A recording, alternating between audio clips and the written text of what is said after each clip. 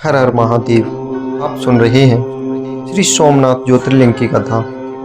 शिव पुराण के अनुसार सोमनाथ ज्योतिर्लिंग भगवान शिव का प्रथम ज्योतिर्लिंग है। पुराणों में सोमनाथ ज्योतिर्लिंग की स्थापना से संबंधित कथा इस प्रकार है। जब प्रजापति दक्ष ने अपनी सभी 27 पुत्रियों का विवाह चंद्रमा के साथ कर दिया तो वे बहुत प्रसन्न हुए।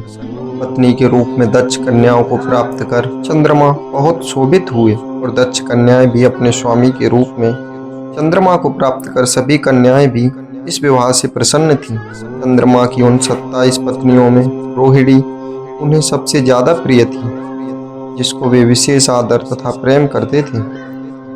उनका इतना प्रेम अन्य पत्नियों से नहीं था। चंद्रमा की अपनी तरफ उदासीनता और अपेक्षा का देखकर रोहिणी के अलावा बाकी दक्ष पुत्रियां बहुत दुखी हुईं। वे सभी अपने पिता दक्ष की शरण में गईं और उनसे अपने कष्टों का वर्णन किया। अपनी पुत्रियों की व्यथा, चंद्रमा के दुर्व्यवहार को सुनकर दक्ष भी बड़े दुखी हुए। उन्होंने चंद्रमा से भेंट की और शांतिपूर्ण कहा, कलासिनीद, तुमने निर्मल व पवित्र कुल में जन्म लिया है, फिर भी तुम अपनी पत्नियों के साथ भेदभावपूर्ण व्यवहार करते हो। तुम्हारे आश्रय में रहने वाली जितनी भी स्त्रियां हैं, उनके प्रति तुम्हारे मन में प्रेम कम और अधिक, ऐसा सौतेला व्यवहार क्यों? तुम किसी को अधिक प्यार करते हो और किसी को कम प्यार देते हो। ऐसा क्यों करते हो? अब तक जो व्यवहार किया है वह ठीक नहीं है, फिर अब आगे ऐसा दुर्व्यवहार तुम्हें नहीं करना चाहिए। जो व्यक्ति आत्मीय जनों के साथ विषमतापूर्वक व्यवहार करता है उसे नरक में जाना पड़ता है। इस प्रकार प्रजापति दक्ष ने अपने दामाद चंद्रमा को प्रेम पूर्वक समझाया और चंद्रमा में सुधार हो जाएगा, ऐसा सोच प्रजापति दक्ष वापस लौट आए। इतना समझाने पर भी चंद्रमा ने अपने ससुर प्रजापति दक्ष की बात नहीं मानी। रोहिणी के प्रति से आसक्ति के कारण उन्होंने अपने कर्तव्य की अवहेलना की तथा अपनी अन्य पत्नियों का कुछ भी ख्याल नहीं रखा और उन सभी से उदासीनता रहे। दोबारा समाचार प्राप्त कर दक्ष बड़े दुखी हुए। वे पुनः चंद्रमा के पास आकर उन्हें उत्तम नीति के द्वारा समझाने लगे। दक्ष ने चंद्रमा से न्यायोचित बर्ताव करने की प्रार्थना की। बार बार आग्रह करने पर भी चंद्रमा ने अवहेलना पूर्वक जब दक्ष की बात नहीं मानी तो उन्होंने चंद्रमा को शाप दे दिया। दक्ष ने कहा कि मेरे आग्रह करने पर भी तुमने मेरी अवज्ञा की है, इसलिए तुम्हें क्षय रोग हो जाएगा। दक्ष द्वारा शाप देने के साथ ही क्षण भर में चंद्रमा क्षय रोग से ग्रसित हो गए। उनके क्षीण होते ही सर्वत्र हाहाकार मच गया। सभी देवगण तथा ऋषिगण भी चिंतित हो गए।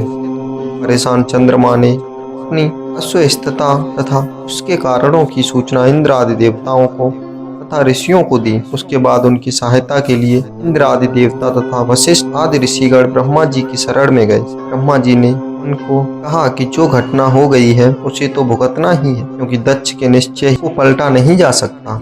उसके बाद ब्रह्मा जी ने उन देवताओं को एक उत्तम उपाय बताया। ब्रह्मा जी ने कहा, चंद्रमा देवताओं के साथ कल्याणकारक सुप्रभास क्षेत्र में चले जाएं। वहां पर विधि पूर्वक शुभ मृत्युंजय मंत्र का अनुष्ठान करते हुए श्रद्धा पूर्वक भगवान शिव की आराधना करें। अपने सामने शिवलिंग की स्थापना करके प्रतिदिन कठिन तपस्या करें।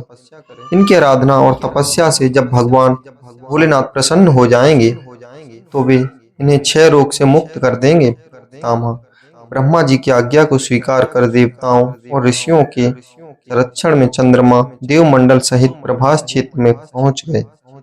वहां चंद्रदेव ने मृत्युंजय भगवान की अर्चना, वंदना और अनुष्ठान प्रारंभ किया। वे मृत्युंजय मंत्र का जप कर तथा भगवान शिव की उपासना में तल्लीन हो गए। ब्रह्मा की ही आज्ञा के अनुसार चंद्रमा ने 6 महीने तक निरंतर तपस्या की और वृषभ ध्वज का पूजन किया। 10 करोड़ मृत्युंजय मंत्र का जप तथा ध्यान करते हुए चंद्रमा स्थिर चित्त से वहां निरंतर खड़े रहे। उनकी तपस्या से भक्त वत्सल भगवान शंकर प्रसन्न हो गए। उन्होंने चंद्रमा से कहा, चंद्रदेव तुम्हारा कल्याण हो। तुम जिसके लिए यह कठोर तप कर रहे हो उस अपनी अभिलाषा को बताओ। मैं तुम्हारी इच्छा के अनुसार तुम्हें उत्तम वर प्रदान करूंगा।